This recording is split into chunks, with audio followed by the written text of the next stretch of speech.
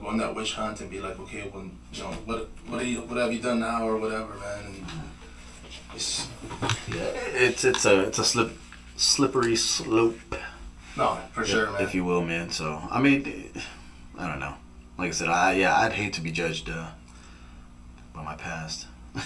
No, I mean, me and you both, man. That's why I tell people I'm glad that that whole, network thing didn't start till after, man, because I would be like, hey, didn't you? No, I'm like, yeah. Let me look at your MySpace real quick, man. Be like, yeah, I did that.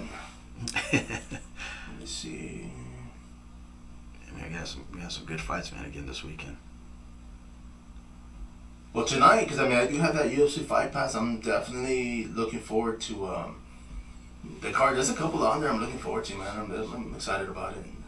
I wish I would have fought here locally, but of course, can't get here every day, or can we?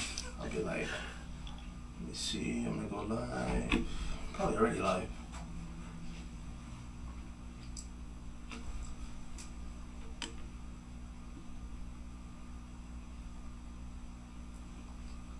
And it should be good.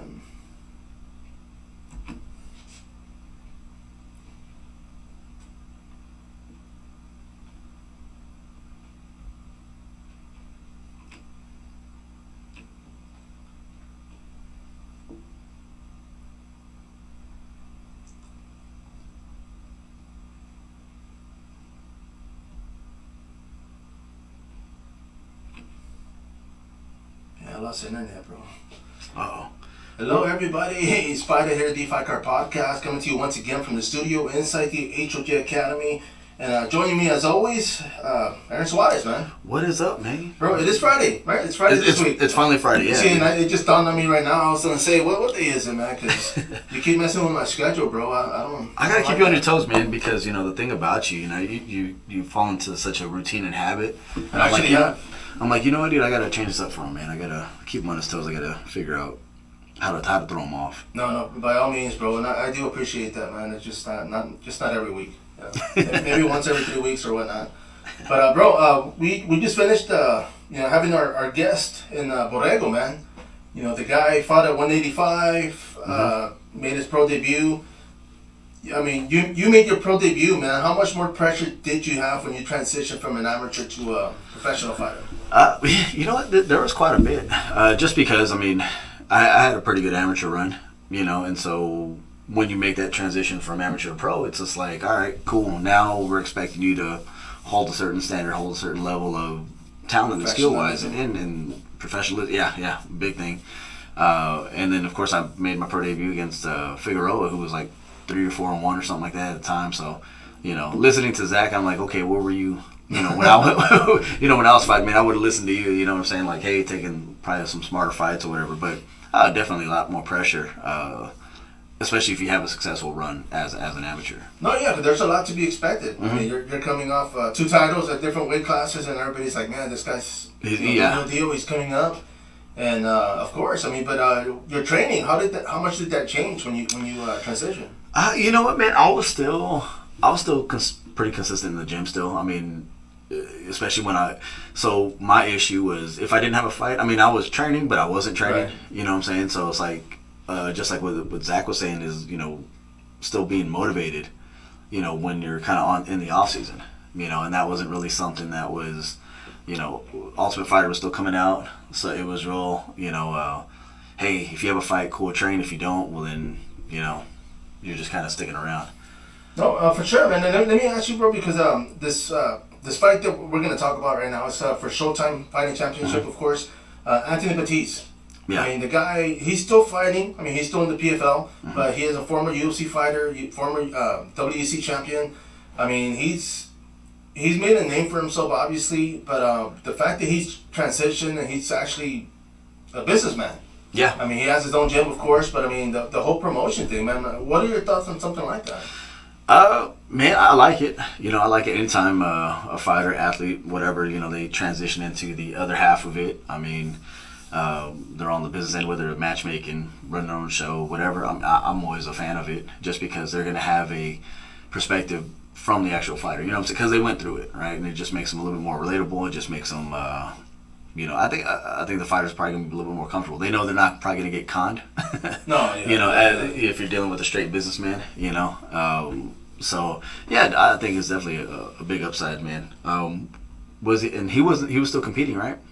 Yeah, he's actually still on the PFL card, man.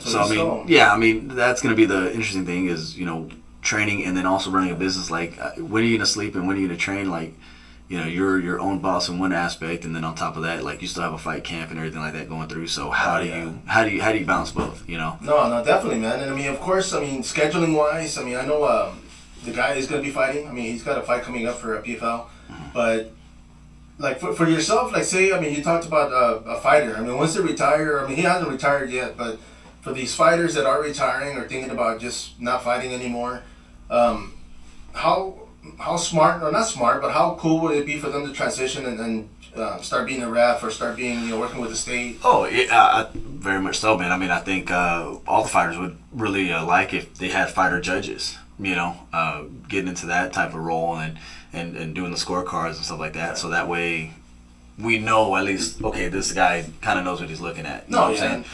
When it comes to MMA, just not refereeing or boxing, right? That's the problem here, the issue here. But so at least at that point, it's like, if I know I got, let's say, like a Chael Sonnen or something like that, and he's a judge in a fight or whatever, well, then I know he's going to be looking probably for something similar to his style, right? I know he's going to be aggressive. He's probably going to count, octagon control pretty highly. He's going to aggressiveness and stuff like that. So I think it'll be a little bit easier, and I think it'll make for some better fights too. For sure, man. And like you said, experience, because obviously, let me say this, like, there's fights, and of course where the guy takes somebody down and they control the fight, but they don't do any offense and defense. So those are the things that he'll be looking at as a fighter, right?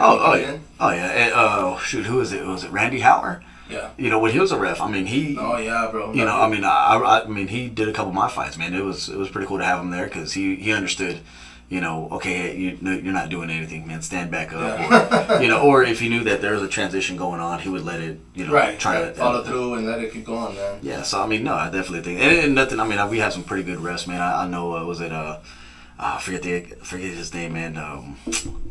Not Collazo, it's the other guy, the older Mark. For Fury? For just in general. There's a few. I forget his name, man, but he's Kaloi.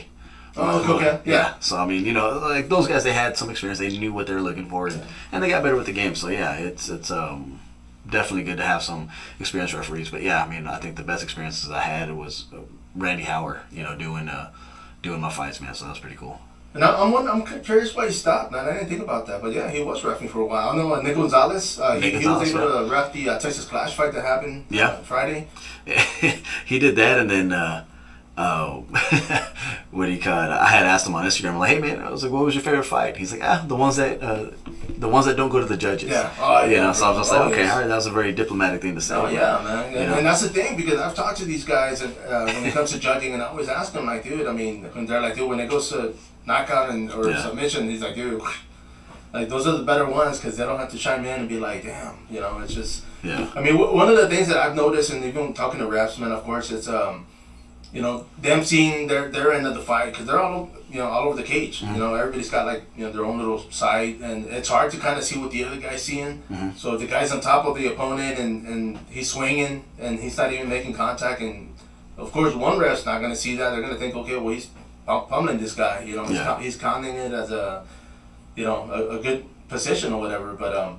But those are always tricky, man. That's what I always tell people. Never leave it up to the judge, man, because you don't know what they're watching. You don't know what they're watching, man. And even going back to Zach's fight, like I said, I probably wouldn't have stopped that fight where it was at. Right. I would have probably let it, continue on just for a little bit longer, just to kind of see where it's at, because again of the situation that you're looking at. But with the referees, man, they have to. They're under a pressure situation because they have two guys fighting right in front of them, and they got to take care of the fighter. They have to look at different things. Is the guy protecting himself? Is he still there? Because you have a lot of guys that they'll get rocked, and then they're still kind of fighting back because of their natural instinct. So, there's a lot to look at it. And if you were to put another experienced fighter in there, it just makes more sense. I mean, that was something. I was a ref at some of the smokers over at Dominion MMA. Oh, okay. And that was pretty cool, man. I enjoyed the experience. It was. I did catch myself a couple of times. I think it was like was it Janice and somebody? I think it was Angelica. I think Tanguma. Like they were fighting. They're going back and forth. And at that point, I just became a fan. And I was like, oh shit, I got something to fight, or I got, like, you know what I'm saying? So, so I'm like, damn, dude. And, but it's a different experience. It's very unique. It's very, and it's awesome. And I also feel like I was in control of the cage as well, right? And so, just having a fight.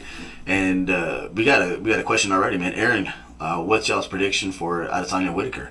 We talked about this a little bit earlier in the last episode, man. Sure. But, I mean, I got Adesanya. Style bender. I got him whichever way he wants to do it, man. You think he'll stop him though? Damn. You think it'll drag out and kind of? Cause it's 5 rounds. It is 5 rounds, man. But damn, dude. Now would I say he's gonna stop? Nah. I don't think he'll stop him. I think it'll be a decision. I think it'll be one of those deals where Adesanya's just gonna do enough every single round to kind of win it. He'll probably win like four rounds out of 5. I would say. I think it's going to be pretty... It's going to be interesting, man. I mean, like I said earlier, man, I mean, I'm going for Whitaker only because he's the underdog, but I think he still has a lot of fight in him. I mean, the fact that he's going to, come in with a full camp, and I mean, he had surgery his last bout with Stylebender, so now he's a little bit more closer to 100% than he was, but... we'll see, man, because just like with Borrego, he said he was coming in here with a few bumps and bruises. Mm-hmm. We don't know that side of the story. I mean, some of these fighters, of course, might be injured. I mean, hopefully they aren't.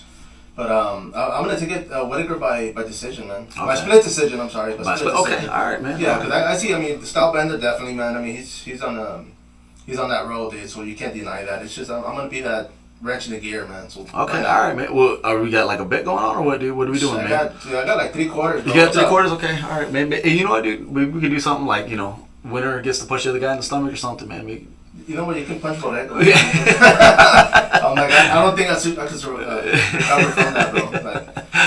I gotta work tomorrow, man. I don't know. Yeah, man. But I mean, like I said, I'm always. I think the more that we can put fighters in the different positions to kind of control it a little bit. I mean, I think it's great. And you have to get, experienced fighters. So you have to get guys that actually know what they're talking about, right? I don't want some dude who's like, 1-0-1 or whatever, being a ref or a judge or anything like that. But definitely guys that have some experience, man, and have a good perspective because, I mean, as we're finding out, not everybody can be a good analyst. No, and the thing about it too, like you said earlier, man, and not to knock you because, like you said, a lot of times as refs, you get caught up in the moment and you're watching the fight and you're thinking, crap, like I gotta... Yeah, dude. And I've seen that happen in a lot of jiu-jitsu tournaments. Like back when I was covering jiu-jitsu, I would notice that because the guys that are reffing are actually gym owners and their students would be rolling and they'd kind of be looking over the other mat and the time card and they'd be like, hey, like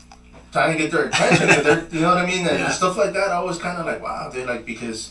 they would miss that point. Like, oh, well, what happened, And they're like, hey, well, this did this, and it's hard, man. But I will say this, man. When I was teaching back in the day, they had a smoker at Croupettes. Okay. And I had one guy that was in there, and I remember I walked in, and Mike's like, hey, well, you're gonna be one of the reps, right? So we're kind of like, Mike's there, I'm here, and like I was just like, damn. So my guy's there and they're rolling and I'm like, dude, you have guard, bro. Go ahead and start. And he's like, hey, you can't do that. And I was like, fuck, well, I didn't say I wanted to be a ref, dude. Like I was just like, man, I'm trying to coach my guy, And it was awkward, man. But I didn't. Yeah, going back, I should have been like, nah, bro. Like, you know what? I want to coach this kid.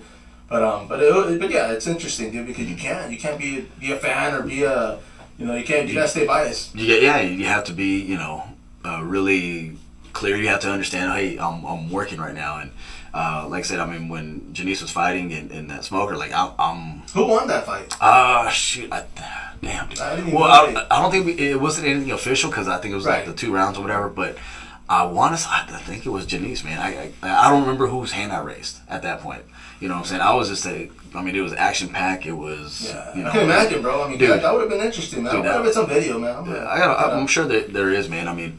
You know, and then see, we also had fighters at night as well, like on that thing. So it was, I would, corner, and then I was also refereeing, and so it was pretty cool, man. It was good. I enjoyed being in the action. So and when they asked you to ref, I mean, did they bring it up that same day? Were they like, hey, by the way? Well, yeah, like, because I know one of the guys, he was, or was it Ray, was just like, yeah, dude, I mean, we got,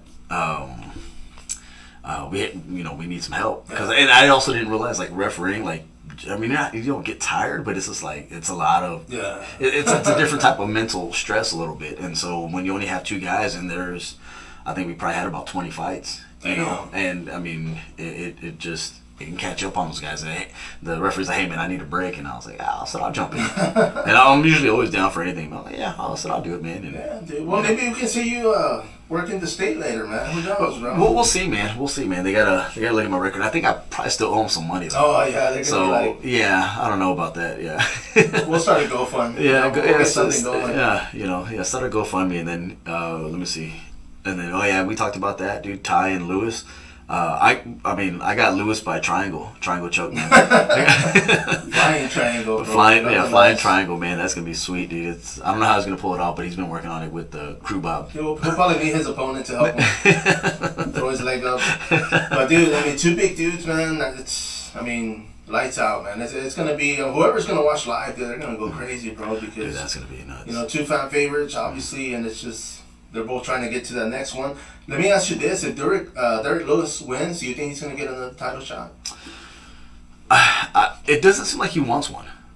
No. I'm sure they'll probably like try to push him that way, but he had said in a interview that he was like, man, Gone and what's his name they should fight, for the title. Yeah. And so I'm like, that's cool of him. I mean, I don't know where his head's at, but I think he's content with just fighting. Yeah. You know what I'm saying? But I think, he wins this fight, puts him back in the conversation. It just depends on, does he want to do it?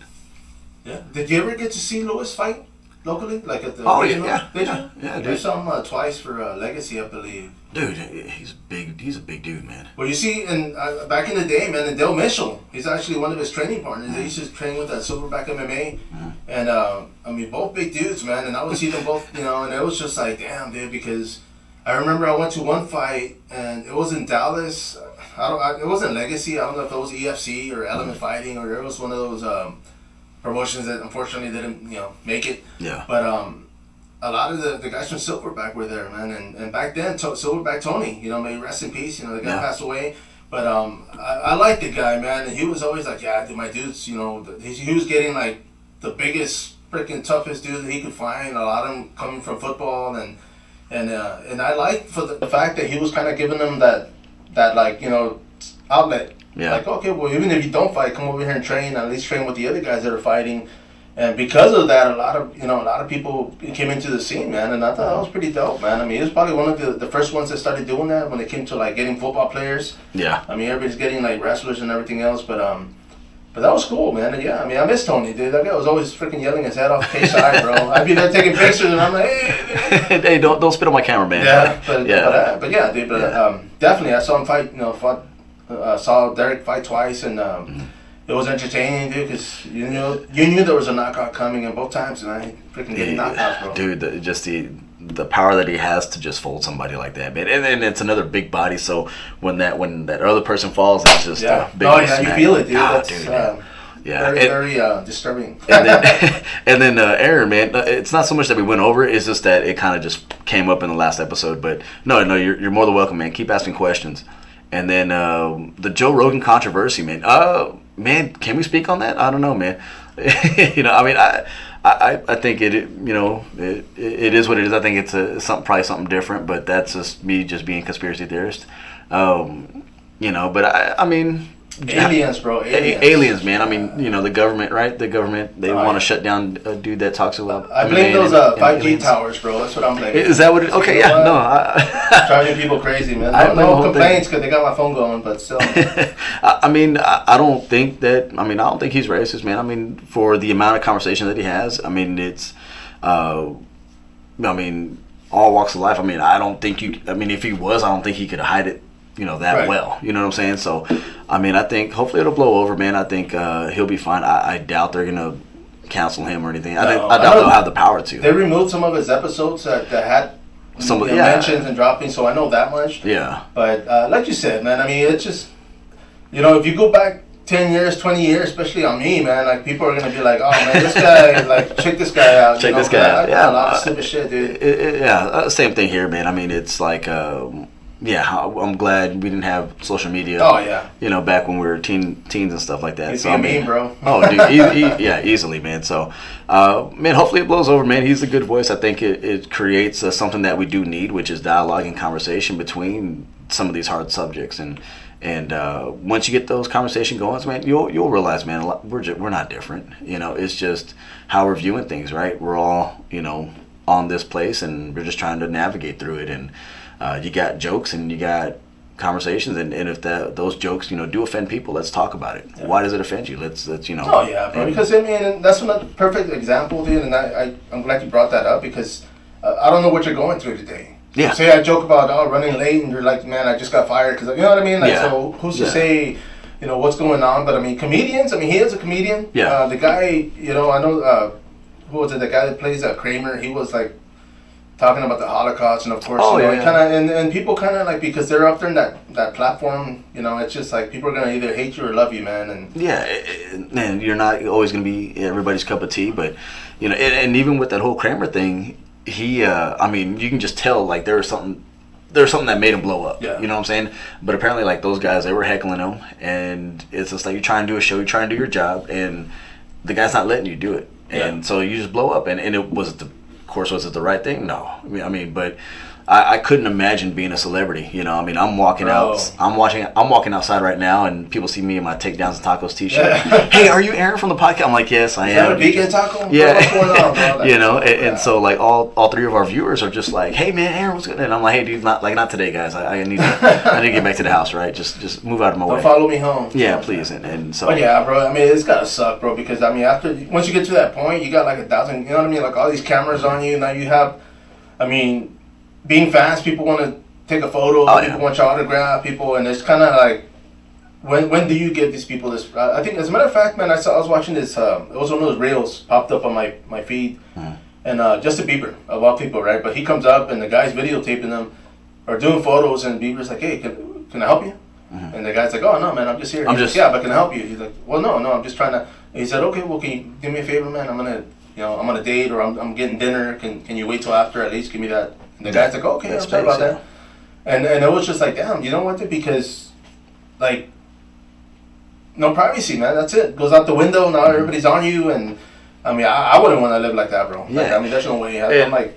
Yeah, and I've heard people tell me, like, oh, well, that's the price they pay for being famous. I'm like, yeah. I said, but at the end of the day, like, they're still people. Like, you got to... I'm saying, let them have the privacy. Let them have their, at least a place where they can kind of go off and not have to worry about anything. But I think, I think Joe's really smart on how he approaches things, and I don't think he's going to put himself in any more trouble or any more danger that's going to, prevent him. But I think, I hope it also doesn't water down his shows, because the thing that we love about Joe is the fact that he is real, he's raw, he's kind of, he's going to say what he thinks, right? As a comedian, he does, he said it in the shows, he's like, yeah, as a comedian, he's like, I'm going to pick the side that I feel is funnier, for my show. He's like, now, are those necessarily my views? No. He's just like, that's what the podcast is for, right. And so hopefully, it doesn't water down his show, and he continues talking to different people, man, and, people saying that, he only brings on, like, certain sides. I mean, if you look across other platforms, it's usually the right side, if you're talking about the government, those type of people that are willing to debate their ideas. Yeah. You know what I'm saying? I mean, and it's always been kind of theoretically like the left side that really doesn't, if you don't see it their way, they're, okay, then you're racist, you're this, you're that. But, debate's always good. And it should be happening. And we're banned, yeah, just like that, man. No, but yeah, bro. I mean, it's one of those touchy subjects, bro, because it's just like, I mean, you can't win and you can't lose, Yeah. Even if you try. One of the things I will say, though, man, is Franco Lasso. I mean, he's been here a few times, and he was saying, like, I mean, when it comes to fights, especially as a ref, and it goes across the board, you don't want to get online and start defending yourself, because you're just going to add fuel to the fire, and it's just like, you know what, just let it sizzle out, because I mean, personally, I guarantee you something else is going to happen tomorrow that's going to surpass that. And, you know, I mean, we're going to talk about somebody else or something else. Yeah, dude, we're going to talk about the Island Boys. Yeah, there you go, man. I'm pretty sure they appreciate that shout out, dude, because they're hurting. Yeah, I know. Yeah. You know what? So not even the Island Boys, but they reminded me. I did look up the diss track that Jake Paul. Oh yeah, dude. And you're dude. It was funny. Like I mean, I could like because I was listening to that episode from last week, and I was just like, you know what, dude, I got to look at it, and I did, and you know, I was kind of like, yeah, that's they could have done a better job. Like you can tell, like it was just him and his friends. Like last minute, it was kind of back of his truck, and it was probably like a drunk conversation. Hey man, you know what? We should do a diss track to Dana White, and he's like, yeah, it's a good. Like when do we do that? Like right now. Let's go do it. Okay, all right. No, yeah, bro. Cause I mean, they could have had better production. The light was wrong. I mean, I can be a critic all day, man, but you know, but it's and then on top of that, right? So after I saw that, the next thing I see is like, was it Logan Paul is suing Mayweather because he hasn't gotten paid for his fight. Oh, really? Yeah. So I'm just like, okay, you know, you're talking about UFC and how they're not paying their fighters. At least they're getting paid, apparently, like, because your brother. So, and that's something that Dana White's brought up. He's just like, you've never heard about a UFC fighter not getting their pay. Yeah. And, I mean, it's true. You know what I'm saying? So, you know, yeah, they can diss Dana all they want, but a lot of fighters. Yeah, because he's got like how many? 200 you said employees? He's got like 300. Not to mention the people working audio, video. I mean, it's a huge company, man. Yeah, during COVID, I mean, apparently they were still running at full capacity. So he's still paying out salaries. He's still paying out. You know, nobody got fired. Nobody got laid off. You know, if they left, they left. All right, but he didn't fire anybody. Right. And when you're doing that and you're not producing any type of shows or whatever, that's probably why they raised the pay-per-view. You know what I'm saying? So I'm sure it'll go back down. At least I'm hoping.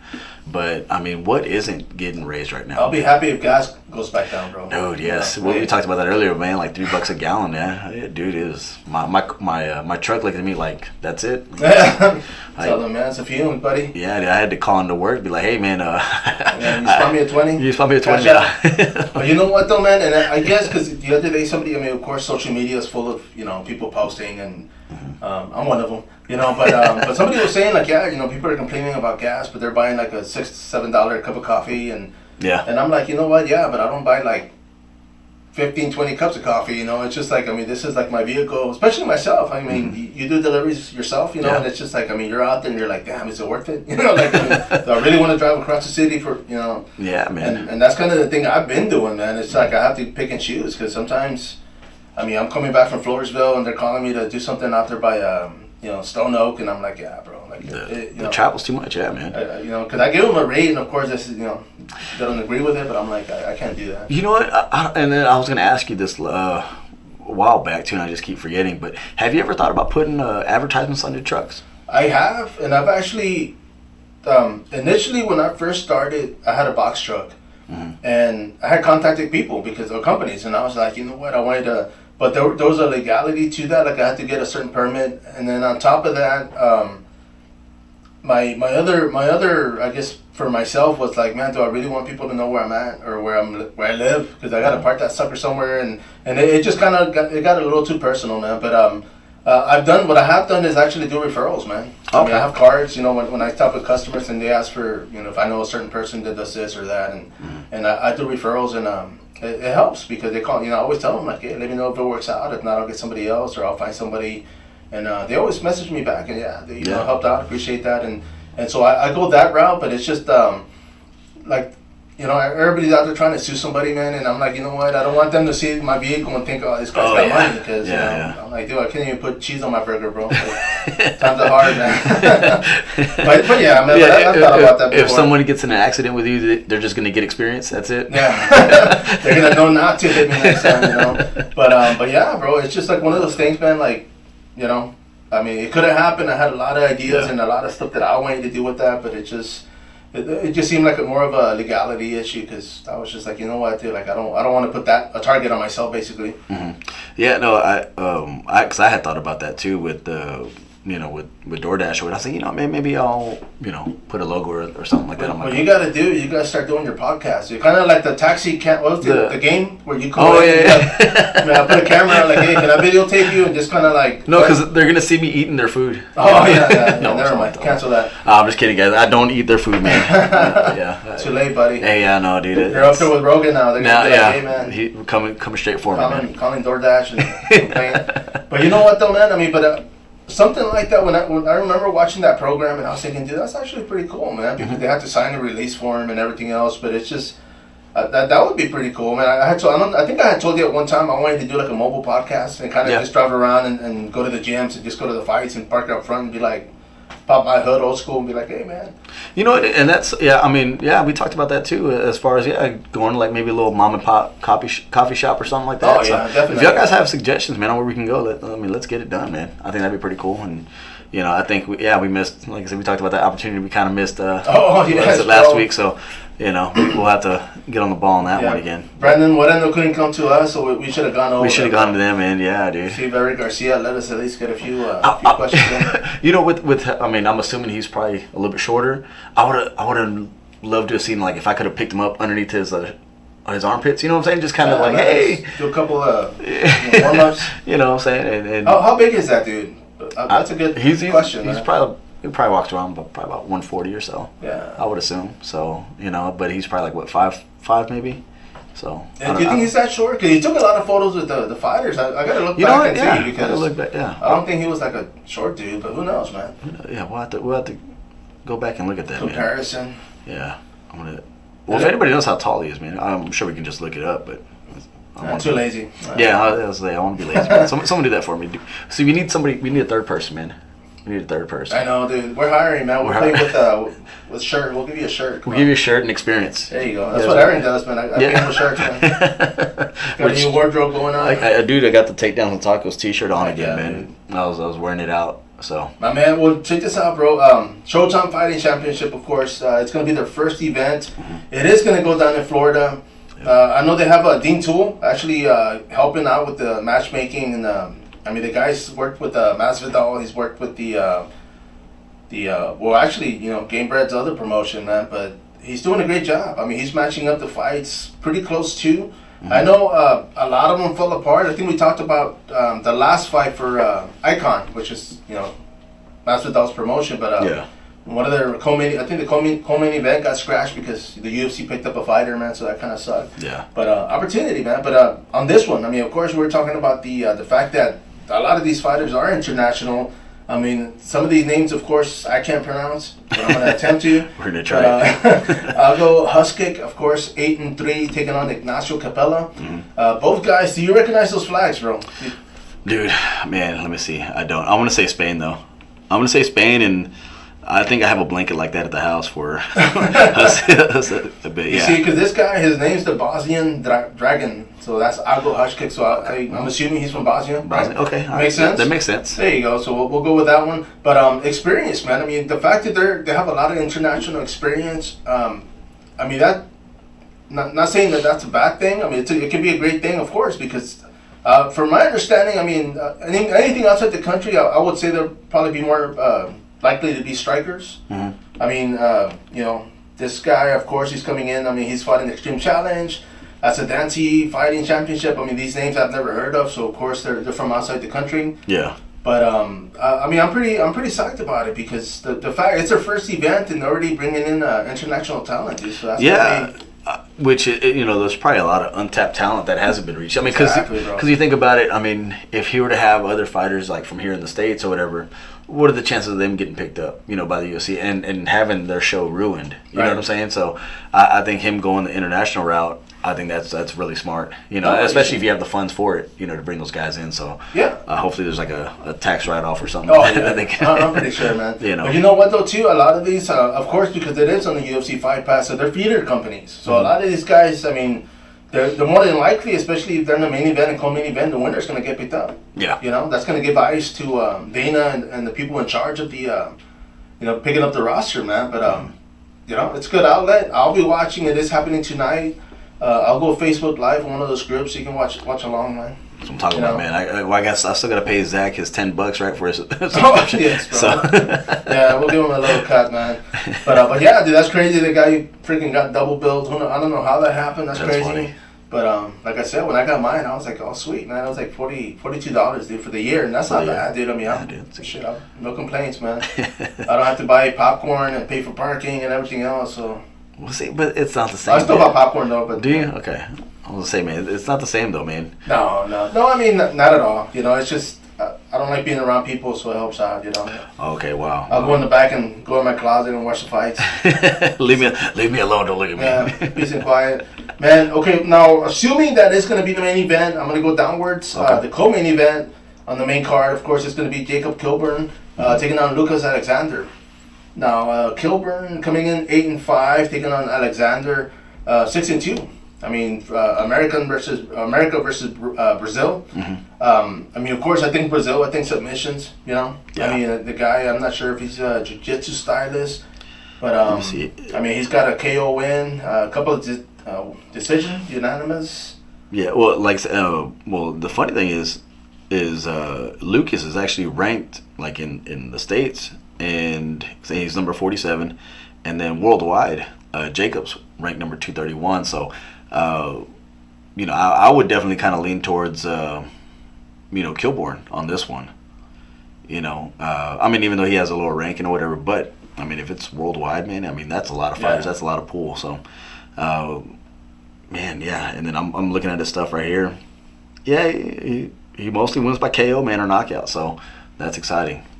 That's exciting for me. So, I mean, on this one, man, I would end up going with Kilborn. Yeah. You see, and I mean, I'm looking them up right now. I mean, nicknamed the Killer. I mean, he lost to Austin Lingle for UFC on ABC One. Mm-hmm. And I mean, he's fought in Island Fights, of course. That goes down out there in Florida. Yeah. And you know, he's coming up with a few losses, man. But I mean, like we said earlier, it's an opportunity. I mean, he gets a win. You know, might get picked up, might get put on a higher card later on. Who knows? Yeah, I do know, definitely, man. But I'm gonna agree with you, man.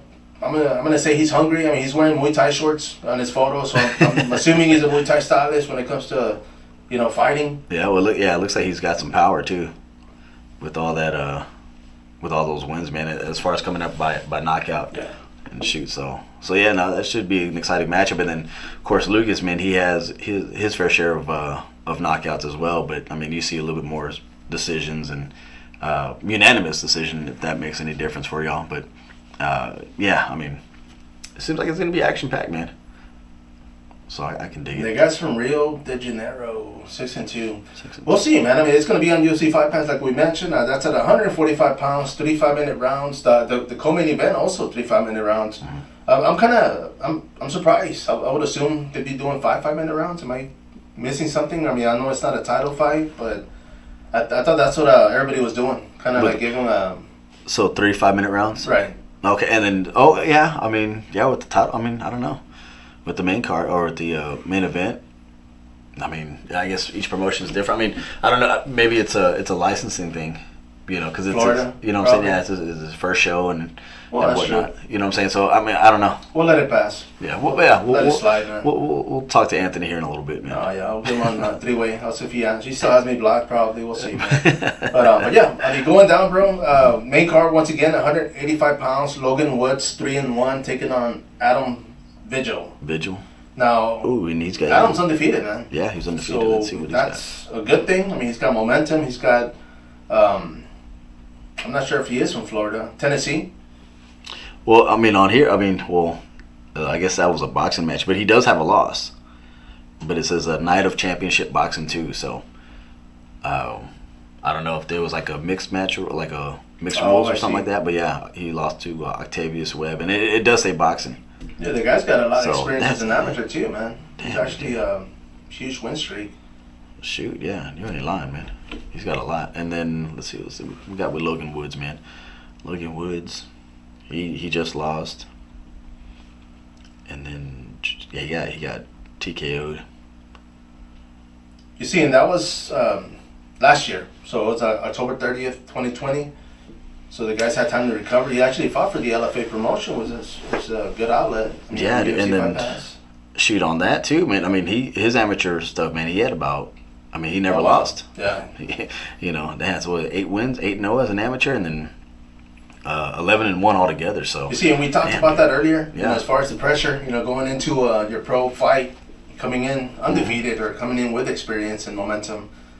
Definitely, you know, you don't want to lose that thunder, man. Especially making your pro debut. Oh yeah. So yeah, I mean, damn, dude. Yeah, both guys have a lot of experience. So I mean, don't let the 3-1 and 4-0 record like kind of. No, heck no. That's what I was gonna say, man. These guys are coming into the fight, dude. So it's definitely gonna be a good one. Now moving down, we're gonna go into the welterweight. This is on the main card as well. 3 5-minute rounds. Jacob Scheffel taking on Steven Siller. Is it Siller or Siller? Oh shoot, I'm gonna say Siller. You know what? No, I'll say Siller. Yeah. I don't know. He's probably gonna email me or something. Be like, hey, man, it's get you canceled. Yeah. So, but dude, 22-1. You're seeing the guy. 56 He's fought. fights. Dude. Yeah, I was gonna say he's fought like all over the place. PFL, WSOF, Titan. A lot of experience, man. He's got a lot of losses, I guess. You know, a lot of wins. Mm-hmm. But experience. I mean, dude, what are you thinking, man? He beat Mike Brown apparently. I saw that. Damn, dude, that's crazy. And Cole Miller. So, and Mike Miller, dude. God damn.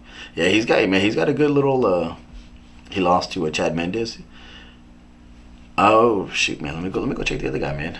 Let me see. I was gonna say, man, this guy must have fought like all of Khabib's guys or something. He's fighting an experienced fighter, bro. That's kind of. Wow. That's kind of ballsy of him, of course. I mean, he's taking on the challenge. But yeah, and this other guy, Jacob.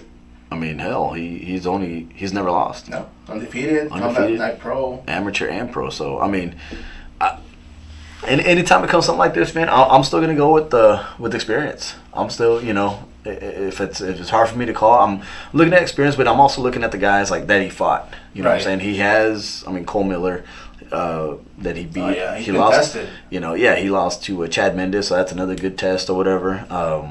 He's fought a lot of good guys. So to beat Mike Brown as well, and to finish Mike Brown, you know, that's a big task too, and especially over there in Florida. So, I'm gonna roll with Steven on this one. You see, and I'm looking at the other guys' opponents as far as their experience, and a lot of them fought him with a lot of losses on there too, man. I'm gonna have to go with the more experienced fighter on this one. Mm-hmm. But if his opponent, of course, you know, if he gets that win, man, that puts where does that put him? You know, that does elevate him quite a bit, man. He's already on the main card, so I could see that if he wins that fight and he finishes him, that can put him up, you know, maybe co-main event style, you know, status. And but then again, I don't know, Steven, man, he had, let's see, his last 10 fights, he's probably what 1, 2, 3, 4, 5. He's 6-4. 4-6 in his last 10. So definitely, you know, he's definitely beatable. And so maybe this is also like just a reset fight for Steven, right? To get him kind of back on that winning streak, kind of get him going. And then, of course, for Jacob, it's a good test for him to see where he's at and where he falls in. So, oh, yeah, definitely. It's going to be interesting because, obviously somebody's got to win, somebody's got to lose. Yeah, so I think that's a pretty good matchup. You look at the record and it's just like, dude, 33. You know, but, 56 fights over, like, Jacob, who has, 10 or whatever like that. I think it's still a good matchup. No, yeah. It's going to be fun to watch. I'm definitely looking forward to that. Like I said, it is going to be tonight on the UFC Fight Pass if you can't make it after personally, of course. Moving down, next one, we're going to get a couple of, not debut fighters, but Tyler DeHaven. He's 1-0, taking on Hakeem Bashir. 1-0. So, like they say with everything, man, one of those O's must go, man. Somebody's got to lose tonight, man. Someone, dude. And I was looking at the other guy, not Tyler, but the other guy. And, he has a lot of amateur fights. So does Tyler, man. Yeah, bro, undefeated. So, again, don't let the 1-0 records fool you. They got a lot of experience going in that cage. So, damn, dude, I don't know, man. I'm probably going to roll with Tyler. I'm going to roll with Tyler on this one. I'm going to go with Hakeem. Nickname is The Dream. Mm-hmm. And I know I like to take naps, so I like the guy already. You like the guy already? All right. Hey, man, more pride to you, man. And even if when we drop back down to the fight underneath this one, man, amateur records just off the chart. For Ramil Kamilov, taking on, this is at 155, taking on Mike Wilmer. Wow, Wilmer. Widmer? I'm going to call him Widmer. But he's 0-3, man. He's 0-3, yeah. I mean, but he's also, I mean, again, another long list of amateurs, man. Amateur records. So, I don't know, man. On this one, man, I think I'm probably going to roll with Ramil. But, when we talked to Zach earlier, you know, and he was talking about, you know, guys just, hey, get out there, just get experience, right? Just, you know, these guys have definitely taken that note, you know, where, you know, as, yeah, I'll fight them. Yeah, sign me up, you know, and I know, like, you know, back when I was training and I was fighting or whatever, you really didn't have that many guys staying in amateur too long. You know, it was maybe two or three fights, okay, get your feet wet, and, you know, then go turn pro, but it's probably also the lack of promotions that we had out there as well, so. No, you see, and my thing also, man, and I've noticed it is just that. I mean, I've talked to a few fighters that went pro, and they're like, man, I should have gone pro in 2019. Like, COVID happened, so of course, you know, everybody got kind of pushed back. But I think that's kind of what did it, man. It's a lot of these guys are like, you know what, like, they've lost a lot of time.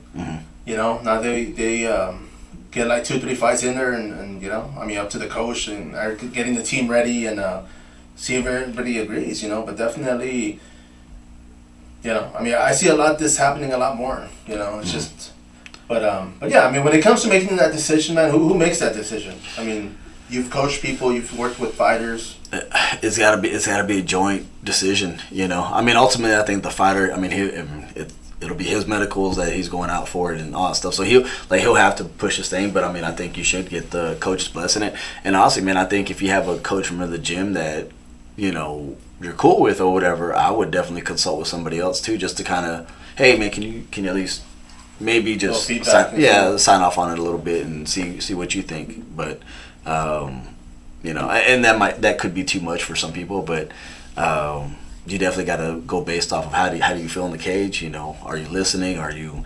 showcasing? Are you know, look at some of your habits. You know, right. And if they're showing like they're trending in a positive way, and you can probably find some opponents that are gonna kind of help that, I would see why not, man, of turning pro. But I mean, yeah, ultimately it's the fighter's decision on what they want to do. You see, and I will say this, man, because even personally, I have talked to throughout the years, you know, talking to fighters. Or just noticing that sometimes, not necessarily like just MMA, but even in ranking, a lot of guys go to another gym and, you know, pursue. I don't know if it's, I mean, who am I to say it's right or wrong? But it's just like a lot. You know, I can see fighters doing that too. Like if I'm in your gym and I'm like, hey, I want to go pro, and you say no, then I might get upset and be like, well, shoot, I'll go to another gym. I'll go to another gym, yeah. Yeah, so, and it's happened. I mean, the past 10 years, man, that I've been doing this, I've seen it happen, and it's like, for the most part, I haven't seen it go good, man. Like, I've seen those fighters kind of like, I'm like, yeah, they should have waited, you know, and it's just not the same. Yeah. But I see the same thing in jiu-jitsu, man, or just in general. It's just people kind of like, well, you know what, if I go to this other gym, I'll get a brown, or I'll get a blue, or whatever, you know, and I mean, it's one of those things. Like I said, I'm in no position to say yay or nay, but yeah, I mean, definitely agree. You know, it's got to be your coach. It's got to be people that are actually training with you and noticing, like, yeah, you know what, your mental game, your physical game, everything's got to be, better than not. You know, it's got to be up there. Yeah, no, definitely, man. And so, what do you call it? Yeah, I think with the amateur fighters or whatever, or just anybody in general, if you're looking to go pro, I mean, yeah, you want to get that blessing, because you know, if you're just gonna go to a different gym and be like, well, they're gonna let me go pro, it's like, is that really the best choice for you? You know, and if you get some feedback that's like, hey man, look, like, I don't see you getting any better, or like, you can't let your ego get in the way, man. No, for sure. And it's been brought up to my attention. Of course, we are off the air when it comes to visual, I'm sorry. But we're going to go ahead and finish this off right quick, man. The first fight for tomorrow is going to be Mansoor Kara. He's taking on Brendan Crow. Now, I'm looking up at Kara, man. I mean, he's the Punjabi Prince. Now, the guy's 1-0, and going through his record, he's got a lot of fights, man. I mean, he's got grappling, he's got experience, he's got MMA experience. Of course, he fought for Game Bread Fighting Championship 3. And, you know, somebody like that, and I'm kind of glad that they're doing this with the topology, man, because it kind of shows where the fighter's at. I mean, he's a grappler, he's a striker, who knows, but obviously this one's going to be a professional MMA Now his opponent is 3-3. Now with that being said, with as much experience as Kara has, man, I mean, what are you thinking, man? You think he's ready to fight somebody with 6 fights? Yeah, I think so. I'm looking at Crow right now, and I mean, he's actually out of the rankings because of inactivity, but you know, his last 3 fights, I mean, he's on a 3-fight losing streak, and they're KOs. You know, he's getting stopped. Yeah. And and then on the other guy, I mean, what I was really impressed with, not impressed with, but what I noticed was he also had Edwin Najmi. I messed that one up, but he's a real renowned jiu-jitsu guy. Yeah. Right? And I mean, he lost to him, but he lost to him in a decision. So at least that tells me he has some type of, you know, defense to kind of stay away from submissions, or he's at least tough and durable. Right? And, you know, with Brennan, again, his last 3 fights, getting stopped. And then on top of that, man, I'm seeing his profile picture. I'm just not a fan of it.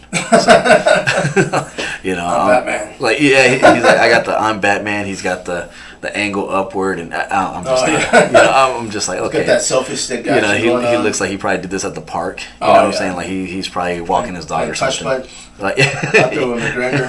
But man, you know what, man? I mean, yeah, like you said, I mean, this one's they're gonna start up the promotion, and I'm always a big fan of that. I mean, I'll be watching, and I'm gonna do a quick review after it's done.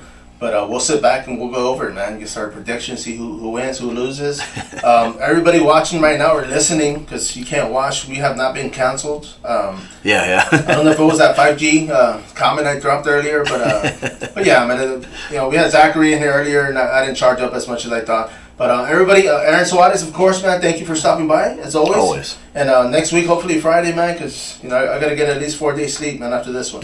Sounds good. But yeah, go to our website, man, www.TheFightCardPodcast.com. Aaron Suarez plug is on there.